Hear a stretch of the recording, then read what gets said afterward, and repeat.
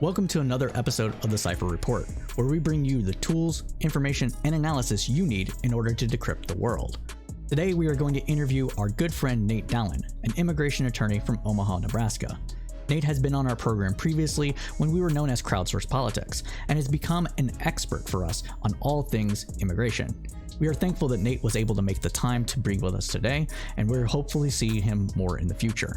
This interview will be the first in a long series covering the United States' complicated history with immigration. In the series, we will track the third lines from the Monroe Doctrine to the present to explore what the United States has done overseas that has contributed to the problems we see today, and how the United States has dealt with immigration surges in the past. We will interview immigration attorneys, experts, and activists while exploring the past in order to fully understand what has caused the problems and what we can do to fix it. If this is something you would like to know more of, be sure to subscribe to our channel to stay up to date with our latest offerings.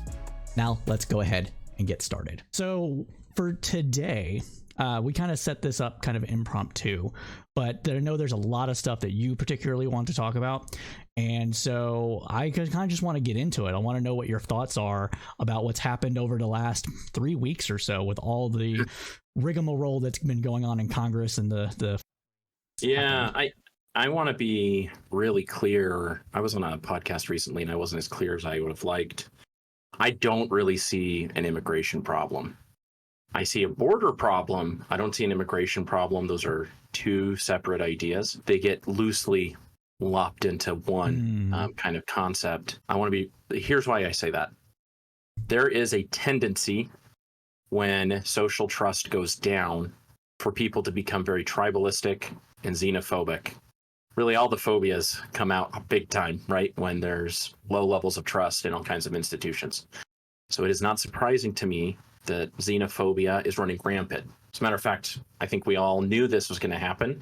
There was a little clip of George W. Bush during the 2008 presidential election where he made this comment and he said, "I can already see in my own party there being a xenophobic, over-the-top nationalism that's starting to rear its ugly head." He said that in 2008, right?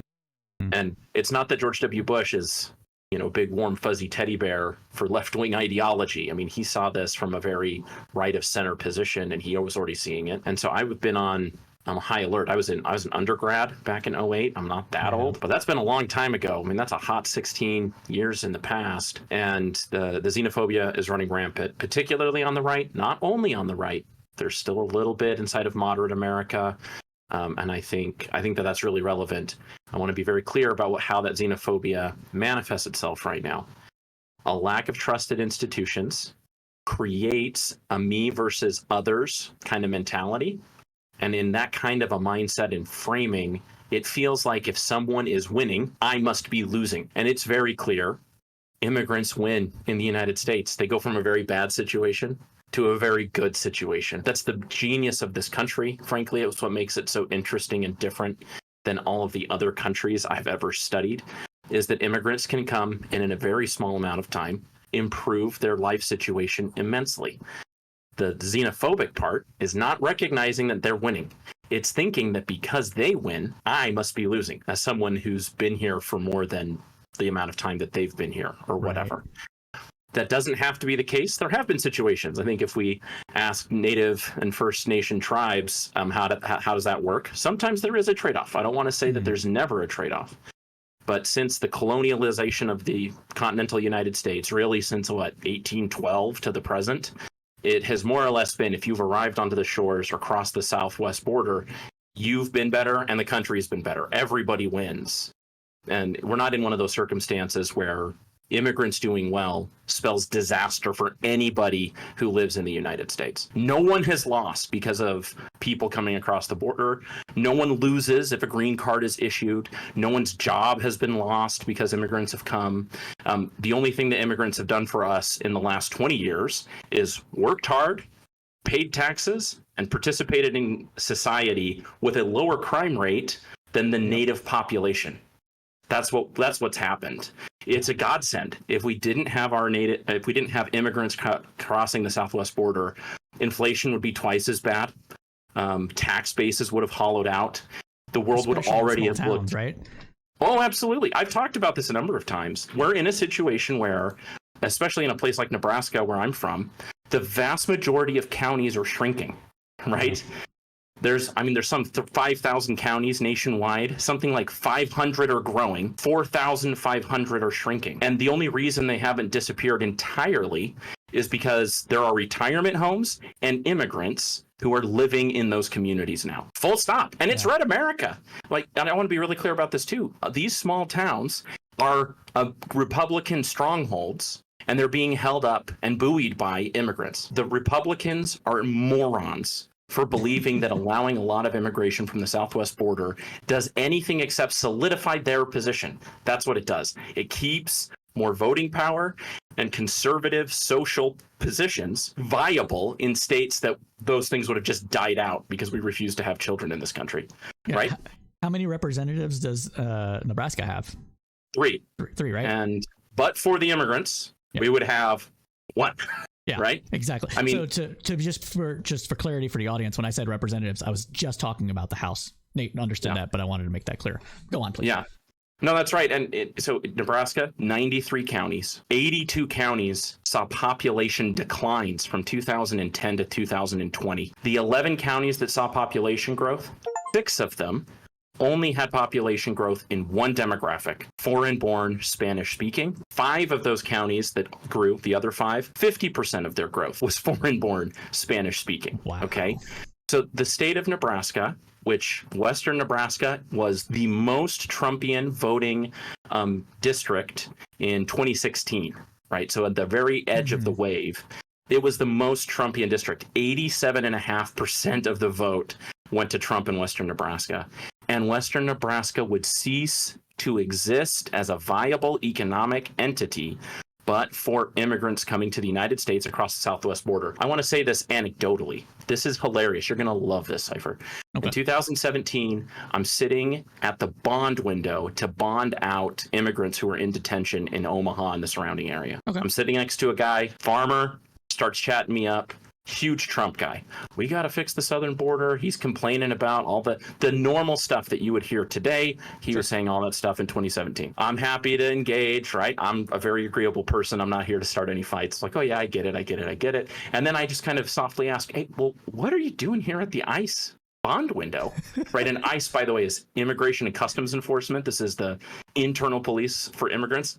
And he goes, oh, my best worker is detained. I'm coming here to bail him out because he's the best guy I've got. He keeps my farm running. And I was just like, that's cognitive dissonance on another level. No self-awareness whatsoever, right?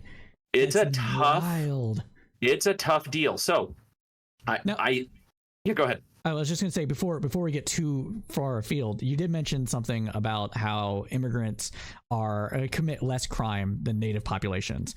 Now, that's true regardless if they're legal or illegal, correct? Or that's undocumented, whatever the state might. Okay, just wanted to make sure that was pointed out. That's right. And that's aggregate crime. I've never seen a particularly good breakdown if you wanted to say like violent crime versus like shoplifting.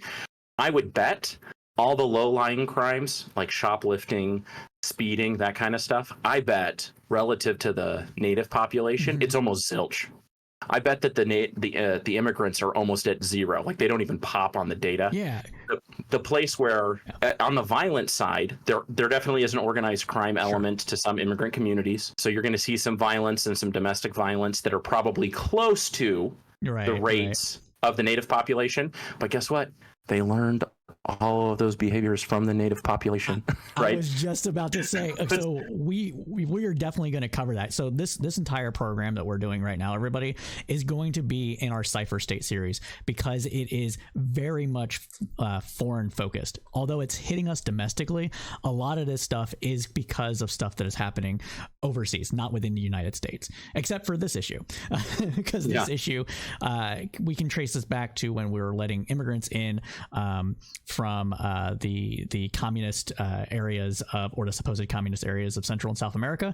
And then once we got tired of those people and they started to pick up habits that are bad in the U.S., like in the L.A. gangs that was going on, we deported the criminal organizations back to their home countries, and that was especially for Salvador, right? El Salvador. That's exactly right. Yeah, MS-13 is an LA street gang that got deported into El Salvador and then took over and became a cartel.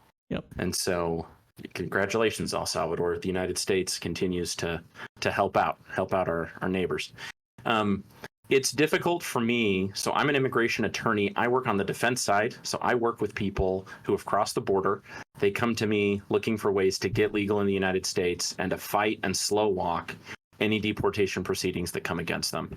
So what I see is hundreds of people a year, brand new clients who are looking for ways to make it in the United States. And I just have anecdote after anecdote after anecdote as to why these people come. None of them are politically motivated. That's not to say they aren't fleeing some political persecution. There's a lot of Nicaraguans right now who have fled because the president has been so repressive and regressive. But on the whole, they're coming to the United States. Why? To escape street-level violence and for better opportunities for themselves and their children. I mean, it is violence pushing them out at the street level, and then the opportunities in the United States pulling them in. And I think people who are frustrated and say things like the southern border is a choice, like this situation's a choice by the politicians, there is an assumption built into those kinds of statements. And that assumption is the immigration system that we have is logical, orderly, and appropriate for the circumstances. And none of that's true. I guess I should say there are some people who are just bad faith actors. They just don't actually want any immigration. They're true just xenophobes. They don't believe in legal or illegal immigration. They just... Yeah, for sure. Because we saw some of that during the Trump administration, if we're honest. Legal immigration fell off a cliff during the Trump administration, did it not? Yeah. So what's his name? Scott Hawley, the senator from Missouri. He got together with who's the guy from Arkansas? Cotton. Yeah. So like, the A team of 40-year-old angry white guys. That A team got together and they wanted to pass, and they proposed a bill. I did a little write-up on this at the time, but they proposed a bill that would have decreased illegal immigration from anywhere from 50 to 75%. Jesus Christ, talk about counterproductive. In 2018, and that's just xenophobia. There is no economic reason.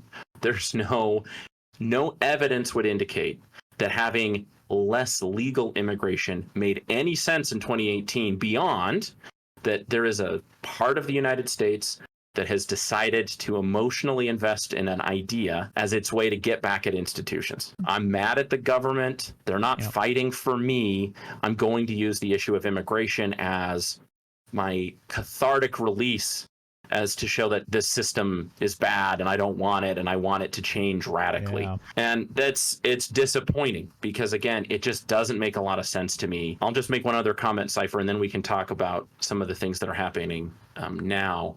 Sure. The demographic situation, you know this because I'm constantly spamming demographic stuff in our private chat. You and I are on the same page about the demographic situation, man. Like, I think we both say next 7 years, in about 7 years, things are going to be rough.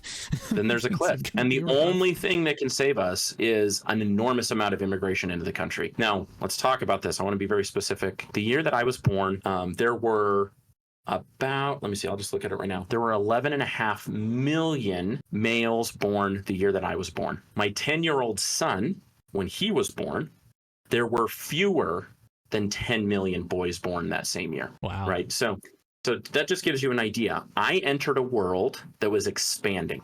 I was born in the 80s. I'm born in the 80s, and every year before me, the pie was a little bit bigger than the year prior, save one. That would have been, except for one time, I guess the early 70s had a little hiccup. 72 or something. Yeah, it's somewhere in the early 70s. There's a little hiccup where it was slightly less than the time before, but then it goes back to just normal growth. And that continued until about 95. And then we inverted. And then the rate of inversion is the only thing that's really, that's been the story, is how much decline have we had. Why does this matter? Imagine, so my son will have, if you include female and male together, there are 3 million fewer possible friends for him. There are 3 million fewer people to collaborate with. There are 3 million fewer people to trade with, to be his colleagues at work. 3 million people he doesn't have to compete against. Right, getting into college is probably going to be less competitive for him than it was for me. It's also going to be much more difficult to have economic growth if you just have a smaller pool with less activity. It's a smaller country. He was born into a much smaller world. However, we have a really big cohort above him. So there is coming a moment where his workforce, and when he's in his late 20s, early to mid 30s, he's going to have to support Gen X. And there aren't enough kids my son's age to support Gen X in their golden years from 65 to 85. It's just not going to happen. So you just have to ask yourself a question. If you don't have the people to do it, you can A, hope that technology saves everything. I love the optimism. I hope you're right. Oh man, I hope you're right. Or on the flip side, you just have to believe in a smaller world. In a world where the cars are smaller, the homes are smaller, less money is made, fewer calories are available. Everything, your world will just be a smaller, darker world than the one that I was born into. And the only way the U.S. can fight this is to allow immigration to come in. Does that come at a cost to the world? Yes, it does. Because those people are going to be leaving countries that are dealing with the same thing. And if we suck up their people, we make that situation worse abroad. Totally get it. But from an American perspective, if you're going to be an America first person, you want to brain drain every person under age 40 who will come to this country. Right? And if you think that the Chinese are going to put sleeper cells or some such nonsense, first of all, make a movie about that. That would be a fun watch. Jason Bourne, great. Let's go. But it's fantasy. That's never happened. And I'll tell you why it's never happened. When people show up here and they see the opportunities, they want to get to work and get stuff done. Even if a sleeper cell were here, I think they'd look around and be like, I'm not doing it. This is a bad idea. That show, The Americans, just doesn't really happen in real life. Not at scale. At least not at scale. Yeah, you can get September 11th, Nate. What about September 11th? Facts. That's the equivalent of a sleeper cell. Number one, they all had visas. There was no amount of background checking that would have caught those guys. And two, we made no changes to the visa system after September 11th happened. You can still get a student visa the same way that you could before. And guess what? For the 40 years before September 11th, it never happened. And in the 23 years since, it still hasn't happened. It's a huge outlier event. Guess what's not an outlier event? The number of extremist Americans who've been interested in causing these same kinds of problems. Yeah. How many Americans have gone to join the Taliban in Afghanistan? How many Americans were part of the Mumbai hotel attack, right? We have an extremism problem at home that has a body count not quite as big as September 11th, but it has a frequency that's higher than the September 11th attacks. And so, again, I'm all for safety. If you want to tell me there are ways to background check and scrub people better, I'm all for that. Sure. But most of the time, security is used as an excuse for xenophobic ideas and policies that are not based in any sort of evidence, any sort of well-being for humans, the country, or our communities. It's really just a way to voice your displeasure with society and the institutions around you. And maybe that displeasure is valid. This is an invalid way to try to solve those problems. Our demographics are going to suck in millions of more immigrants over the next 10 years, whether we want it or not. Secure the southern border, and guess what happens, Cypher? They go get Canadian visas, and they'll come across the northern border. I have had people detained at the northern border from Mexico. They hopped on a plane, flew to Toronto, and walked across the northern border. You're never going to stop this all the way. So we just as a society have to decide, what's our attitude going to be? Are we going to be smart and effective in the way that we bring people in and track them? Or are we going to be idiots and continue to think that militarization, landmines, and magic drones with lasers are going to solve these problems? Oh, no, the problems aren't going to be solved, but that's what like you said, a lot of people are just xenophobic, right? That's why they say mine the desert. That's why they say build the giant wall. That's why they don't want people coming in legally. That's one of the bigger contentions we have to deal with. And I don't know how many people that represents within the Republican Party, but it's not negligible. I would say at least 20%, if not higher. So yeah, it's a huge problem. Well, and it's the other thing too, and I will admit this, right? The visuals are not great, right? No. You take these huge videos and pictures of tons of people from tons of different backgrounds lining up with backpacks across the border. Yeah. And it looks like a disorderly mess. I mean, it is a disorderly mess, but that's right. Congress hasn't done anything about it. So, well, yeah, I mean, I think that this is a really important, part to this. I'm just trying to look something up right now. There's a new House bill that has started to percolate for border security. That's coming from a moderate Democrat in the House that Don Bacon, my representative, is signing on to. Let me see if I can pull that up But if Republicans wanted HB2, which did basically fuck all, which we should talk about as well, then this has no chance of passing in the House, at least during the election. Yeah, I think you're right. And we don't know what Trump is going to say about it. So this is from February 6th. It was supported by a Democrat. He's going to torpedo it too. No, I assume that as well. I do. I assume that as well. Anyway, there hasn't a lot of chat about this yet because everybody went to recess as soon as they launched this thing. But what it more or less does is it increases the president's discretion to close the border for 1 year. It's sort of a kick the can down the road bill. The idea would be to give President Biden temporary emergency power to more or less suspend parts of asylum law that are not convenient politically for the president. So that's the moderate Democrat approach, as they say, hey, we're more or less just going to suspend on a discretionary basis given to the Biden administration. We're going to suspend people's ability to claim asylum at the U.S.-Mexico border.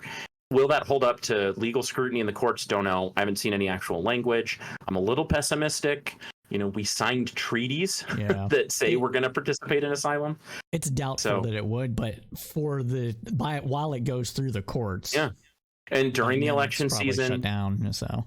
No, that's right. And one of the reasons that they've crafted the bill the way that they have is to make it more palatable for Republicans to be able to say, if Biden doesn't have the authority that he wants, which he has represented to the public as well as to lawmakers, to help make a more orderly border situation, they want to give him the discretion. They can't do it indefinitely without a comprehensive immigration bill. They just couldn't do it.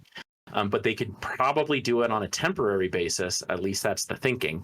That's likely to be the last attempt to try to change the law regarding the border before we just go to straight presidential politics season. And it is so close, and it makes me ill.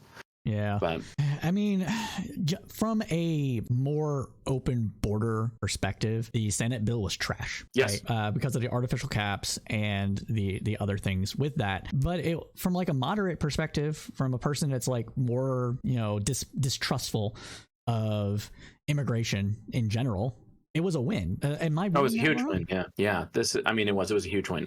It's clear that the Republicans did not want to get to yes. And depending on who you believe in the media, that could be mostly a Trump issue.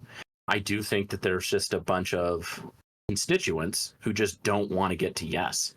I don't think it's just the politicians. Right. I think tens of millions of Americans are really ready to dig their heels in on this.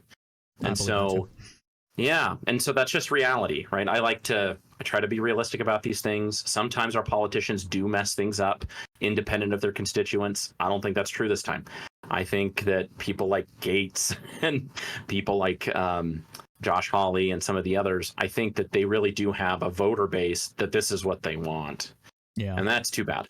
I think that signaling your seriousness about the border is more important than solving any of the border problems. And that is weird. But that's just where we're at. I mean, that's just where we're at as a country right now. Yeah, and I had a similar debate with a person that's to the left of me, like nearly a communist that likes to give me shit all the time on Facebook. And he's like, the Democrats don't listen to anybody. They don't care about what constituents say. They don't care about the polls. They're doing it because they want to. And I'm like, here are the polls. The polls say for the last like almost year that immigration is becoming more and more of an issue, and they want something done about it. So and those are Democrats. Like, what was it like? I think that particular poll that I'm referencing was like something like 60% of Democrats didn't like what was going on at the border, and 40% of them wanted tougher immigration and less people coming in. Like 60% wanted less people coming in. Like, and let's talk through that for a minute, because On the left, I think that is a surprise to some people. This is mostly moderate progressives, right? Or moderate Democrats. I don't know if they are progressives. Moderate Democrats see two problems and would like both of these problems to be addressed. Number one, they see disorder at the border. It's a legitimate concern. Like the way that we're processing people in, is there a way to take away all those photo ops? Is there a way to take little kids carrying backpacks hundreds of miles, right? Like, I think that that's a legitimate concern. Now let's talk about it. It's not because, I don't believe at least, if we got into the numbers, I don't think moderate Democrats are like, I don't want these people. I think what they want is a system that allows these people to come in an orderly way to get rid of this as an issue. Okay. That's just my opinion. I could be wrong. The second problem, though, is this, and this is a real problem. There are certain blue cities who have used a lot of bravado about immigration in the past and trying to be open and accepting communities.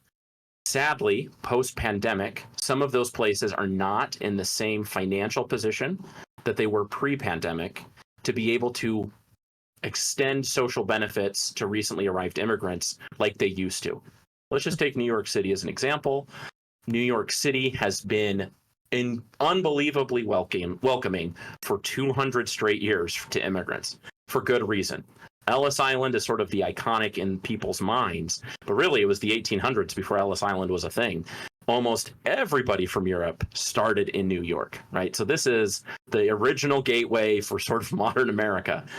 And New York City has tried its darndest to include recent arrivals inside of their social programs at a city and state level so that those people can participate fully in society as quickly as possible. They have really good reasons for wanting to do that. I totally get it. The problem is that post-COVID, a lot of these cities are financially strapped. And so then having an influx of this magnitude while still trying to include them in all of these services has created frustration. I think that the frustration is not because of the immigrants. I think it's because of the new reality post-COVID. I mean, Cypher, you know this better than a lot. Some of the big companies that make money and are the tax base for places like San Francisco, LA, New York, and Chicago, they're now work from home, right? Yeah. Or their headquarters has moved around because of how the pandemic went down in different circumstances. So their tax base has decreased. That has stressed the city's social programs anyway. And now you get an influx of people. The frustration boils over. It gets pointed at the immigration problem. Yeah. Now, I want to be very clear.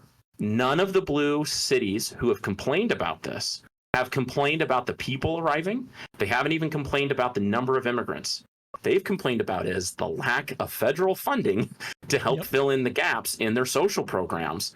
And they think that because the feds are slow walking work permits to recent arrivals, that it's incumbent upon the federal government to help backfill all of the money that these cities are spending to try to get these people integrated. Now, take a city like Omaha, Nebraska. We don't do anything for folks. Okay? There's not a single social program that immigrants can participate in. We have close to 10% of all Omahans are foreign born right now. And guess what? A lot of them don't even have work permits. We have a different situation, though, because that's what the expectation is. When immigrants arrive in Omaha, guess what they do? They hustle. I invite you. Go to a Facebook group called Compra y Venta Omaha, right? That's buy and sell or buy, sell, trade in Spanish, Omaha. Spanish. Yeah. And guess what you'll see? Job posting, job posting, job posting, room posting, room posting, room posting. People arrive, they hop on Facebook, they have immediate work, and they can buy the third bunk bed in a single room for $50. And then they bunk it up for 6 months as they get on their feet. And then guess what they do? They integrate themselves. Right? Immigrants are freaking hustlers. They'll get stuff done. And I think that's really important. Yeah, and I want to point out something else. So there's two things here. So yes, the budgets are strained, but also COVID made these governments in Colorado, Illinois, and New York more progressive, more lefty. So in New York and Illinois specifically, they passed the right to housing, especially during the winter months. So during those times, every single person that is on the street is encouraged to seek shelter. And then not only is that the case there, to also put strain on resources, the Republican states that have been busing people to these cities know that. That's why they were picked. They weren't picked because they're blue sanctuary states. Because if it was just blue sanctuary states, they'd be sending them to California. They'd be sending them to Delaware. They'd be sending them to Pennsylvania. Or, well, maybe not Pennsylvania, but you get what I'm saying. Depending on where in Pennsylvania. Yeah, maybe exactly. Philly, maybe not. Right. But they're not sending them there. They're sending them to places that have laws that are more progressive to purposefully drain those resources to try to turn those populations against not only those programs, but immigrants in general. Well, and so this is a good point. So vulnerable communities in large urban centers, I think that this has become a little bit of a hot topic for some of those vulnerable communities, because they say, hey, we're struggling right now. We see people arriving and they're getting shoved into the system. We don't have enough money to cover everything. I need help. Yeah. And so it's just a classic, my tribe, your tribe. Yeah. We have a limited number of resources. Let's fight. And I think people like Governor Abbott know that. And that's why that's to your point. I think that's why he's targeted the places that he's targeted. And that's just the reality of the situation. And by the way, this is a short-term problem. Go ahead. Even the people in New York, they're going to self-integrate. Like, it's a 6-month problem. It's not a 2-year, 5-year, oh my gosh, the city's invaded problem. That was the other point I was going to make. New York Times just did there's a person on the New York Times city beat that's been covering this for years, and he's saying what the New York City is doing to try to get those people housing and to encourage people to leave the housing if it's a temporary thing. Those people are already out there hustling. They're already out there selling oranges, candy, flowers. They're already out there looking for work in places like that are in construction and stuff like that. They're already doing it despite all the help they're getting. And in 18 months, they're going to be the most steady income base. Yep. They will stabilize housing prices and costs. That's actually a separate issue. There is a little bit of stress because we have goofy housing laws. Of course, you've talked a lot about this in a lot of different contexts.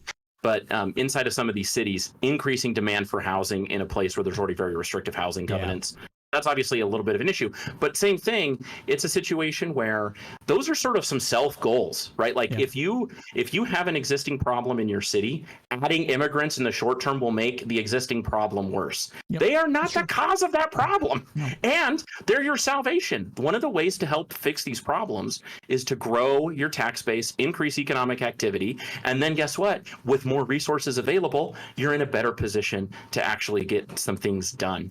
And so, what are you going to do? 100%, man. 100% on that. Okay. Go ahead. I just want to talk about the politics on this for a minute more. This is going to be Trump's number one drum. I personally believe that the Democratic operatives around Biden have an opportunity to really flip the script on this and to lean in on immigration good, but they're going to have to take away the visuals from the border. Okay, so this is the thing. If I'm Biden, I do try to find ways to make the border more orderly so that the Fox News guys can't just show up and be taking, oh my gosh, here's a bunch of black people entering the country. What's going on, right? So they just lose their minds over, or right now it's the Chinese, okay? And so in order to stop people from losing their minds just because of the visuals, they are going to have to find a more orderly way to get people in. They've tested some programs.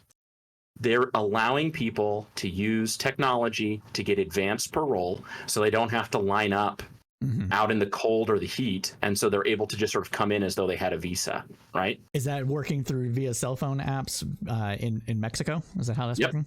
That's exactly right. It's called the CBP1 app. Okay. And there's also, it's actually that's not even a parole program that allows you to begin the asylum process outside, and then you make a contact at an appointment, and then you come in. Wow! Right. So that was one technology. So that's being done. So they're told about this. They're told about this at like some consulate, or how are they getting told about that? Like because this is the first time I've heard of this. Yeah. So most of the people that come into my office already know about this because, of course, social media, right? They hear, oh, you can do this online. You don't have to go pay the coyotes. This is actually one of the big things is cartels have been making a ton of money off of sitting on territories, right? So you have to pay them money so that they won't get attacked. Yeah, that's right. And so in order to bypass that and save themselves money, people are willing to wait 3 and 4 months to get into a line, an electronic queue, and then show up at an appointment that's in an orderly fashion, and then they're allowed into the country. That's amazing. Like, why aren't Democrats talking about this? That's amazing. Well, it's because it gets back to the politics of this. I think the Democrats are still a little bit nervous. They don't really know what the appetite for legal immigration in the country is. They see the numbers that moderate Democrats are a little bit squeamish, and the right is like, totally They're off the cliff. hot. Yeah, they're totally hot on this topic. So they're not quite sure. The other thing is they've not scaled the program. One of the difficulties is you have to have a physical location to check everybody in, right? They just don't have a lot of that infrastructure to be able to receive the quantities of people who are interested in coming. So that was one of the things that was in the Senate bill, though, wasn't it? Yeah, 100%. Yeah, 100%. So that was one thing that was really, really good. The second one is a parole program. You can actually fill out, and by the way, citizens are doing this. Citizens can sponsor a family from certain countries: Nicaragua, Venezuela, I think it's Haiti. Yeah, there's 3 or 4 countries. Yeah. I know what you're talking about. I'll splice it in here for people. But and what people who are interested can do is they fill out a form I-134. So it's immigration form 134. Okay. You fill it out online and you can sponsor a family. That does not mean they're coming to live at your house. Okay, I want to be very clear about this. What it does is it allows for the government to know that if one of these families got into bad financial straits, that there are people willing to help support them financially. Now, so how often know these people? Like they don't have a family member. That's right, but it's limited to countries that are sort of in crazy situations. Yeah. And the number that they're allowing is too low, right? There are groups of people who've been waiting in line, who've more or less been soft approved, and have been waiting in line for like 9 months. So they just need to scale the programs up. These things would definitely create a more orderly border.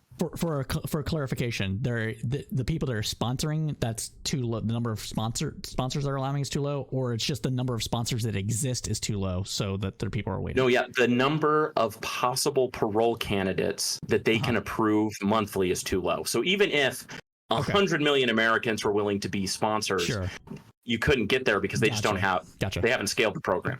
Okay. So these are very difficult things. The Biden administration has flirted with these programs. I think they should go all in on them. I think they should clean up the border by just allowing people to come in an orderly fashion. It would be less dangerous. Right. You'd be pumping less money into the cartels, and then people get into the United States more quickly. Once that happens, then you can make the second claim, which I saw Paul Krugman make last week. Okay. And the second claim is the thing that's bringing down inflation is immigration, creating a bigger workforce. Yep.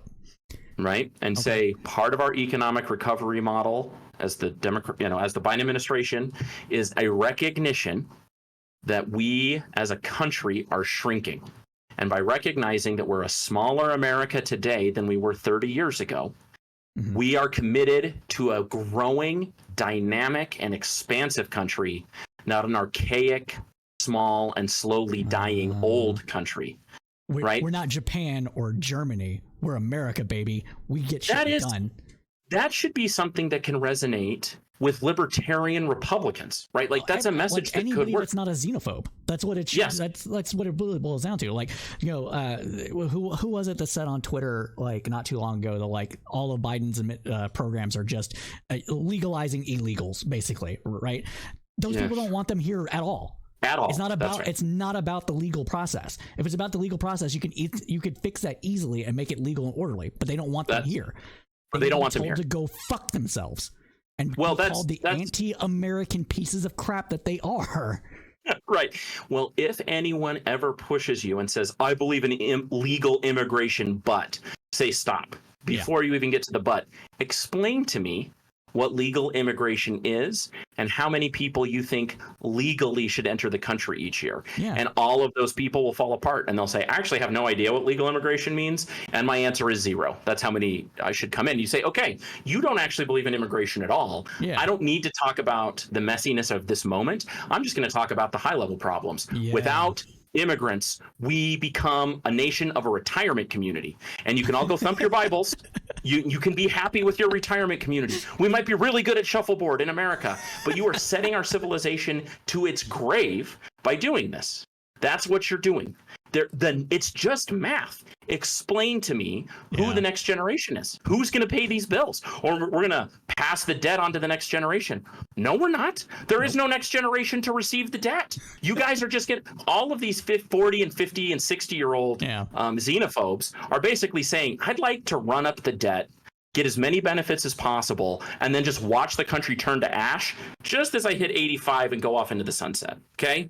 Yeah, and that's that's going to be actually Jesus at that point. Like, what did they care? Oh yeah. Why did they care, right? Jesus is either going to come or else I'm going to him. And so it doesn't matter anymore. And it's just on its face, such an absurd position that doesn't make any sense. And then they'll have to retreat to in the moment politics. And you say, I don't care about the in the moment politics until you agree that this is the only path out of America in decline. You want to make America great again? There's only one way, and that's to create more 20-year-olds. How are you going to do that? Has always benefited America. It's always made America great again. Like anytime we had any kind of massive like labor shortage, how were the railroads built?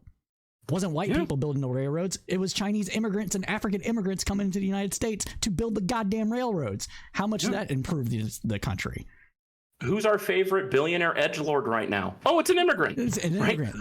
Right? Who's running Google? Oh, a bunch of immigrants. Like it's hilarious to me that we could make statements that immigration is not necessary. It's not just important. It's not just, it's generally a good idea.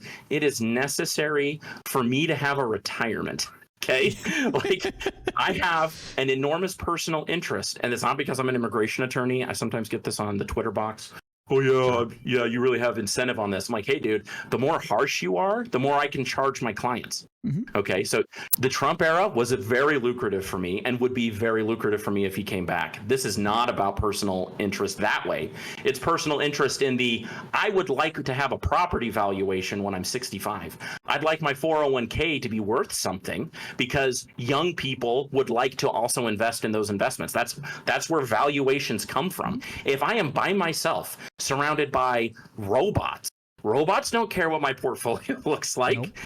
Right there, it's just insane to me, and I think that it's important that the conversation be had in a more honest fashion. Yes. I'm happy to engage people when it comes to the nitty gritty and like, oh my gosh, this is such a problem and it's an invasion. I'm happy to have all those conversations. As soon as somebody is like, yeah, I'm ready for there to be about 2 million people immigrating to the U.S. per year minimum for the next decade. I want 25 million or more immigrants over the next decade.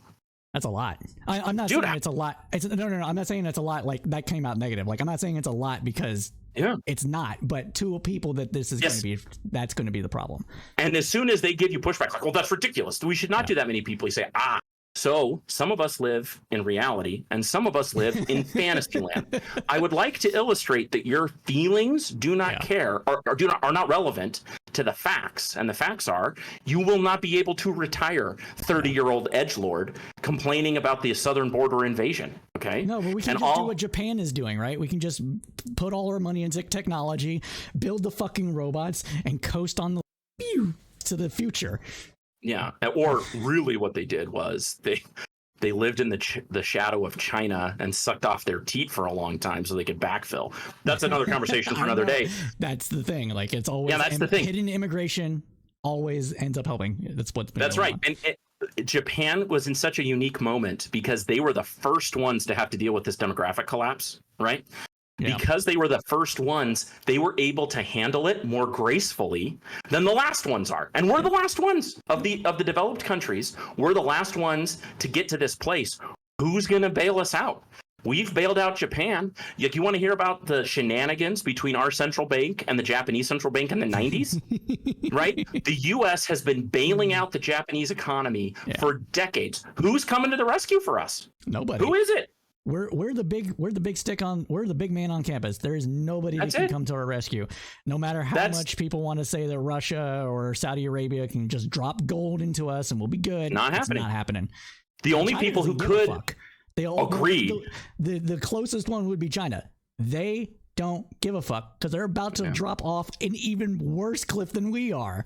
That's right. And they need us to help smooth their transition or just go to a disorderly collapse or despotism, whatever. Well, yeah, I mean, you can try to kill your way out of a disorderly collapse. It is possible. Yeah. But the point that I'm making is you have to get a commitment in any kind of a debate, whether it's with a politician or whether it's just some schmuck on Facebook, and just say, I really would like to hear from you what you think it looks like to be a legal immigrant in the United States. what you think the process is, and how many people you think should be coming. And as soon as they go, well, say, okay, if you can't talk to me about the details on that side of the equation, I'm not obliged to talk to you about the details on the other side of the equation. There's no reason to talk about fixes or the possible problems or how to make it good and smooth and all that stuff if they're not going to agree on basic facts. And that becomes the issue. And you just say, hey, at a high level, we just have to say, is immigration good or bad? And everything you've been telling me today, this hypothetical person we're debating online, is you think immigration is bad. I would just like to remind you that we have a collapsing demographic profile. And without immigration, we would be much worse off as a country today than we currently are. If you don't like the situation now, it's going to get worse, much worse. The only thing that can help us through this transitionary period is to allow as much immigration as we can and still be safe. Is there a safety concern? Of course there is. Obviously. Of course there is. Hence, we should be orderly about this. And why Republicans shouldn't constantly say that the border is open when it's clearly not. Yes. They're creating the problem. I like this one. This is a good thing to bring up right now while we're still on this kind of thing. Republicans talk about how much the liberals and lefties talk about race and make it a problem, yet have no understanding that constantly telling the entire world that our borders are open, anybody can come in because our politicians suck at controlling our border, how much of a problem that's making. In reality, Tucker Carlson has done more than any other American to recruit people to come to the southern border. In some ways, I tip my hat. If it wasn't for him, we might be down 400,000 workers. Got to give the man credit where credit is due. Now, the fact that he did it from a bad faith position and in an idiotic, destructive way, that's a separate conversation. But tip of the hat. He said the border's open and then a surge started. Well, I think he gets a little bit of credit for the PR on that. Right? Yeah. He would be cringe to say that. I'm sure he would cringe to hear that, but I just think it's the situation. So I couldn't agree more. Let's talk for a minute about what I might recommend to try to help fix some of these things. We need to move the border virtual, right? So I need for people to be able to start the process without leaving their homes and home country. So if I can tell people you now have the golden ticket to get to the United States and pretend that you had just asked for asylum or something else at the US-Mexico border, that allows you to have an orderly process that completely cleans up the southern border in minutes. So this CBP1 app, not a bad idea. Just get serious about it. Have online meetings through WhatsApp. Use Facebook Messenger to meet these folks. Take pictures, have them send in fingerprints. They do this. They can take digital fingerprints in home country, send them in, and then they get a little ticket. They show up to prints match. We've already vetted you. You're good. Come on in. We could make it just like walking through the airport as an American, right? There is no reason why we couldn't technologically do that with the existing workforce. The reason we don't is because there's no political will, and much love and respect. I want to give as much credence to centrist Democrats who are concerned about this. You're not helping with your poll data and by complaining about this, because it has made the Biden administration timid and tepid in their ways of being creative to help tackle this problem. And there's some nuance there because those questions don't go into how would you fix it. So right. But that's really well said. But the messaging to the congressmen and to the senators and to the White House has been, we're not, as a Democratic Party, we're not totally unified on this right now. Not at all. And that has led to them being tepid. I think that they should go on the offensive. Basically, I think the Biden administration should be on offense constantly. But they don't want to. They want to be on the defensive on this one. There's been some chatter that Biden is going to try to do some more executive orders, and he's going to announce those at the State of the Union. If there's going to be one, I don't know if Speaker Johnson's ever going to invite him to the House to actually do that.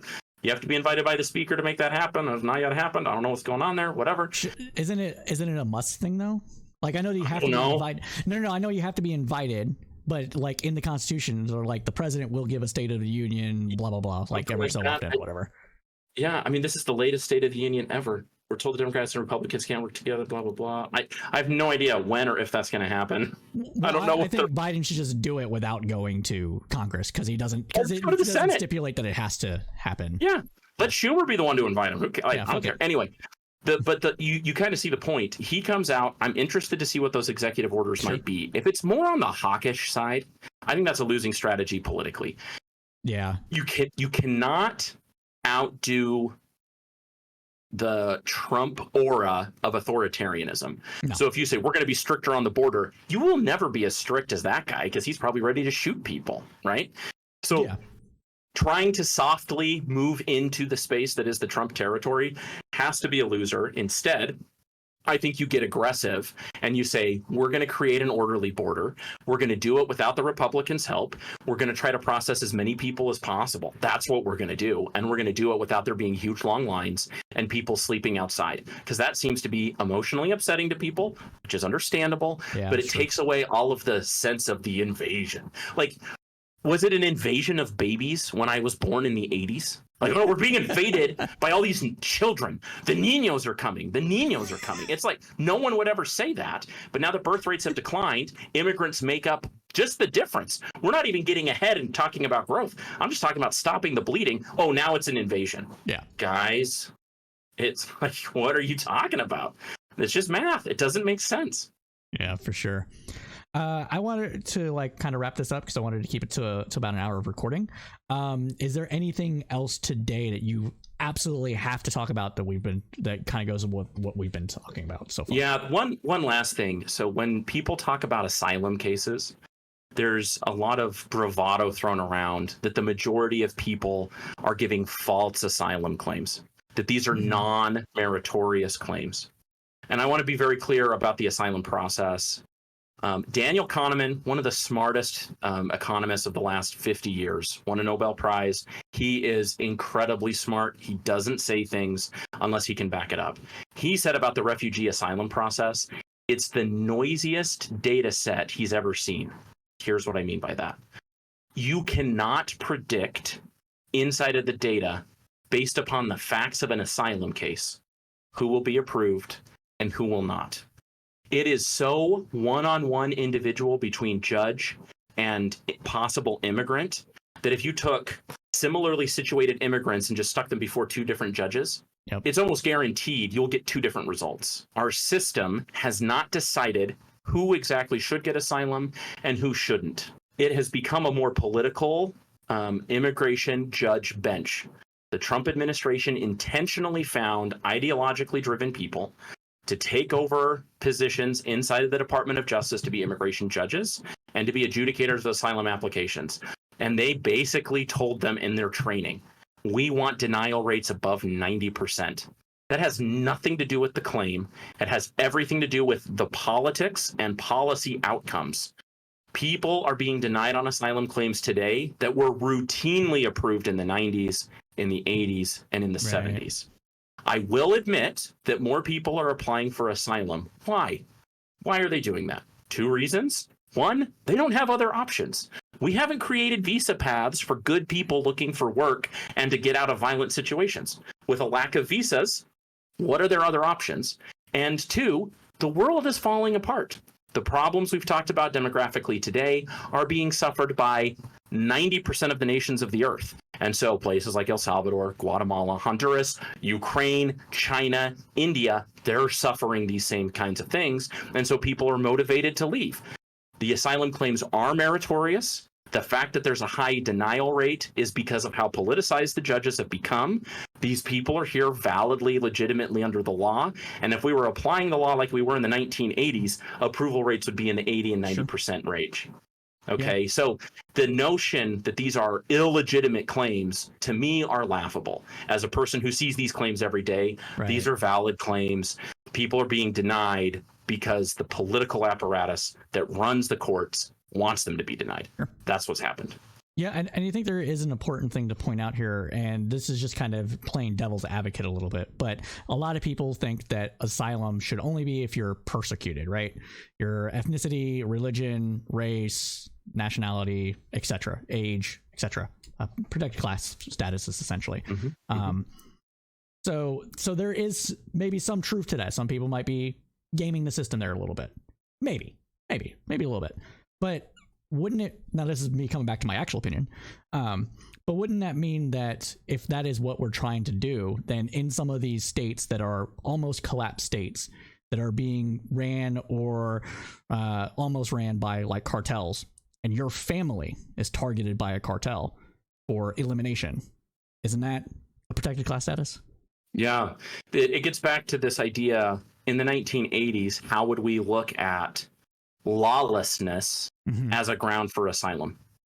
Yep. So you are correct to say there were 5 protected grounds. I call this the Nazi test.